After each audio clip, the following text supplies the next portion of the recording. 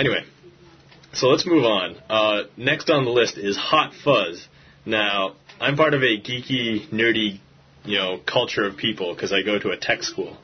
And I heard so much about this movie, and everybody wanted to see it. And it's like one of those cult classics. But if you didn't know, Hot Fuzz is from the creators of Shaun of the Dead. Now, Shaun of the Dead, I actually thought was really funny. I thought it was okay as a movie because Shaun of the Dead is just kind of like, there's not really a plot, trying to survive from zombies, whatever. But, there wasn't like a huge arc to go anywhere. But in Hot Fuzz, I felt that it was much different. In Hot Fuzz, main character, Nicholas Angel is the character name. I forget who the actor was, but it's, the same guy from Shaun of the Dead, or one of the same guys from Shaun of the Dead. And he is the best police officer in London. Now, if you ever saw the trailer, it shows him talking to the police chief, and the police chief is telling him, "You make us look bad." And basically what happens is he's shipped off to the town of Sanford, which is like the small village town in the middle of nowhere. But when he gets there, murders start happening. But everybody in town just kind of denies it, and it's somehow lots of weird freak accidents. But when you watch it, you can certainly tell somebody's behind it. But let me just tell you, I think what makes this movie, besides the comedy, is the eventual story ending, because there's actually a really good story that goes with this, and I enjoyed it thoroughly. Not for everybody, once again. It's a British comedy, so for those of you who don't even like British comedy, you might want to overlook it. It is very, sarcastic and ironic in its humor, so if you like that, that's a plus, But anyway, Hot Fuzz. I liked it a lot. I definitely recommend. Not for everybody. It is also very bloody and gory, so if you don't want your kids to be exposed to that, don't do it. I don't know if you're watching this, but a lot of families might not be watching this, because I'm a college student, so probably a lot of college kid friends will be watching this. So we'll see where it goes. But anyway, that's Hot Fuzz. I'd say it's good. All right, The Contract.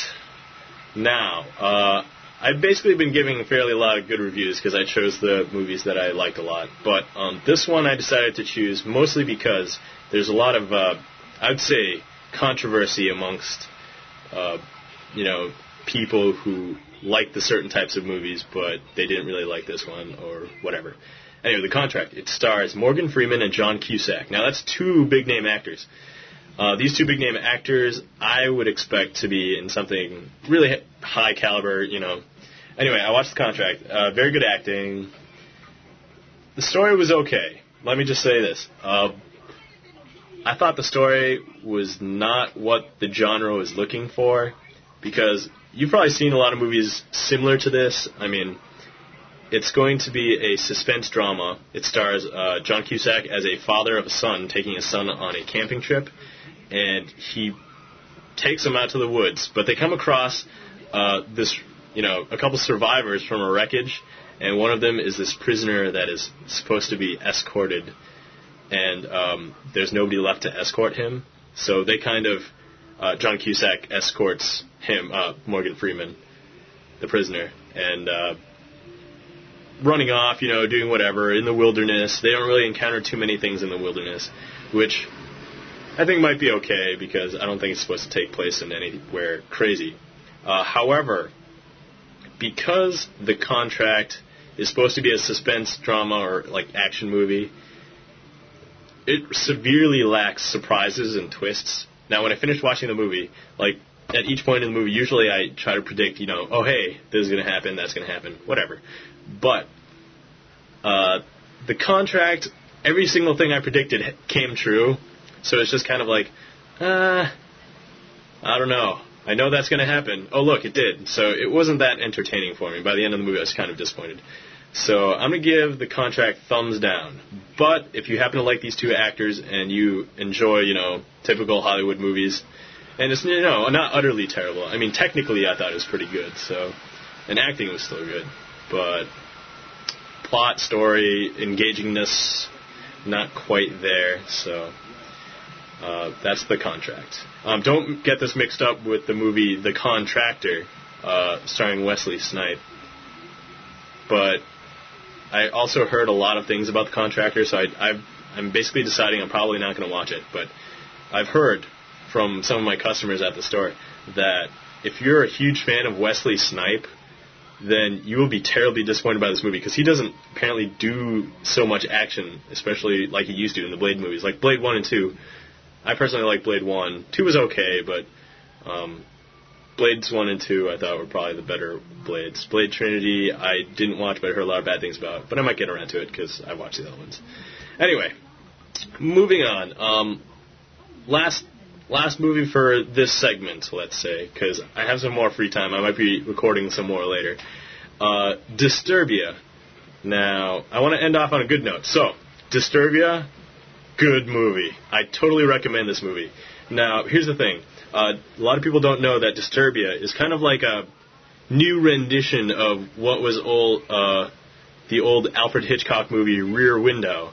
I haven't seen Rear Window, and if I have, it was so long ago that I don't remember.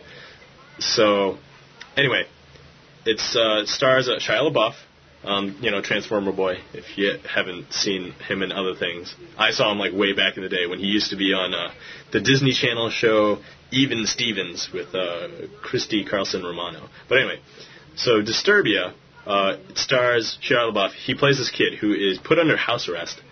And what ends up happening is he gets bored because his mom walks into the room and basically cuts the TV cord, so he can't watch TV, he can't play 360, and she cancels like his iTunes service, so he can't like get music or anything.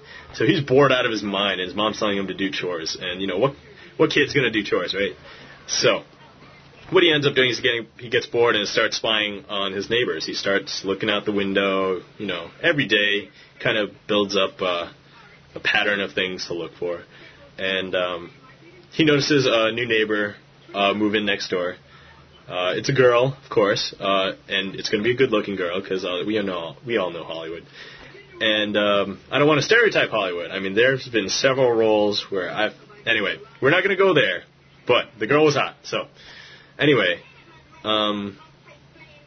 in this movie, he befriends her. They kind of get to know each other via, weird random events like picking up the mail. And she doesn't, the girl who moves in next door has a really bad relationship with her parents. So, anyway, if you ever saw the trailer, they are looking out the window at one of the neighbors' houses. And the big surprising moment is when they see something that might be blood that splatters all over the window.